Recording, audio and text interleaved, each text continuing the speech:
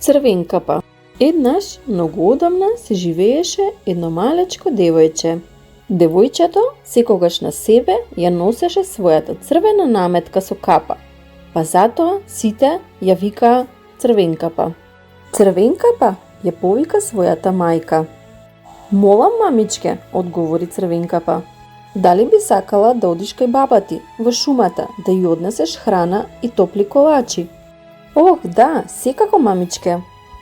Црвенкапа со задоволство се спреми и тргна кај баба ѝ. Среќен пат, Црвенкапа, и биди внимателна, те молам немој да скршнуваш од патот. Црвенкапа тргна низ шумата. Таа по патот си пееше, затоа што беше многу среќна дека ќе ја види својата баба. Многу би сакала да сретнам некое зајаче. Одамна не сум ги видела. Но по патот виде многу цвеќиња. Имаше толку многу, во сите бои. Па така скршна од патот за да може да им се доближи. Прекрасни се, морам да наберам еден букет за баба ми, сигурно ќе се израдува.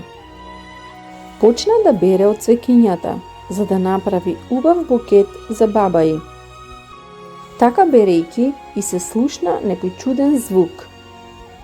Што може да биде тоа? Исплашено се праша Црвенкапа. Тогаш позади неа се појави волкот. Црвенкапа многу се исплаши.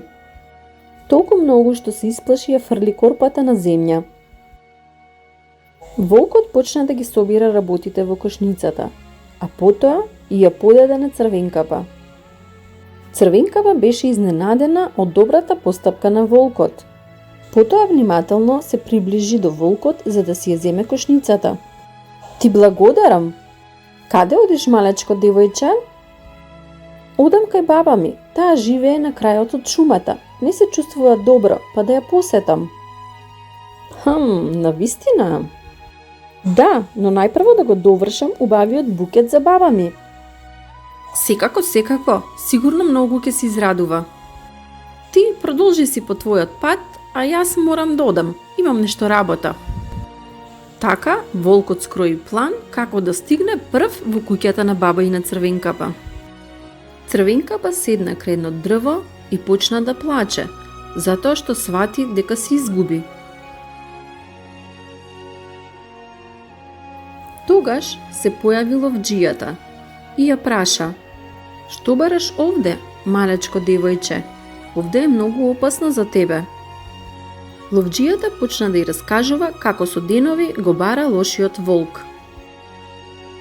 Црвенкапа многу се засрами, затоа што не ја послуша својата мајка, па затоа и се изгуби во шумата. Поради тоа не му кажа на ловџијата дека го сретна волкот. Мајка ми испрати да ја однесам на баба ми храна. Таа живее на крајот од шумата. Не грижи се, јас ке те однесам.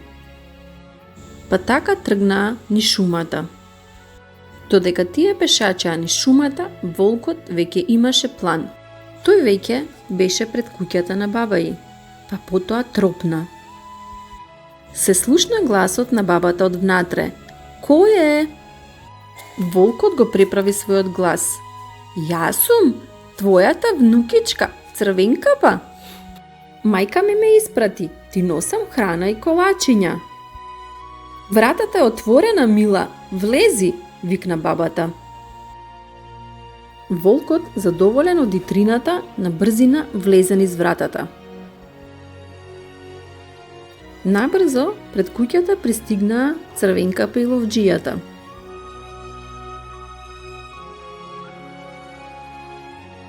Ајде, влези, Црвенкапа, баба ти сигурно нестрпливо те чека. Да, секако, баш се радувам. Потоа ловџијата си продолжи по својот пат. Кога Црвенкапа затропа на вратата, од внатре се слушна глас. Кој е? Јас сум, бабичке, твојата Црвенкапа.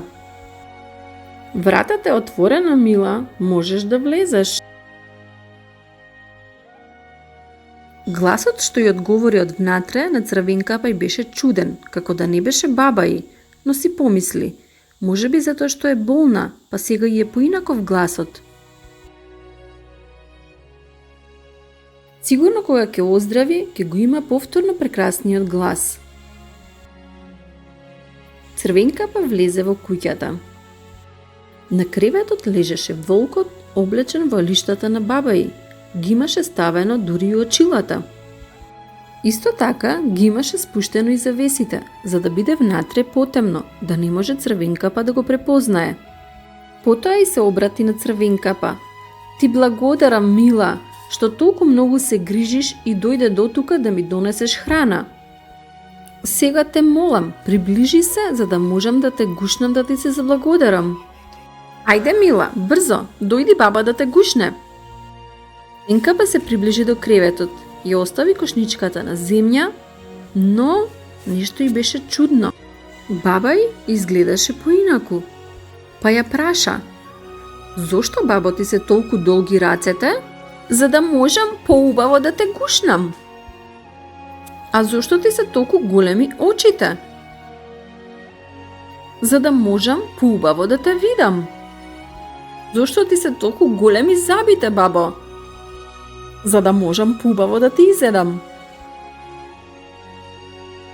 "Ти не си мојата баба." "Точно така, Црвенкапа." Потоа волкот со своите остри заби скокна од креветот. Црвенкапа многу се исплаши. Напаѓајќи ја волкот, Црвенкапа почна да вика: "Помош! Помош!" Ловџијата, како што одеше низ шумата, го слушна гласот. Со трчање се врати во куќата. Кога го здогледа волкот, силно го удри. Волкот падна на земја.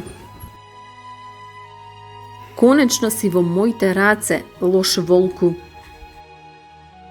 Така ловџијата ја спаси бабата. "Ти благодарам што не спаси." "Со задоволство го направив тоа, но не заборавај, малечко девојче, следен пат да ја слушаш мајка си." Црвенкапа засрамено климна со главата.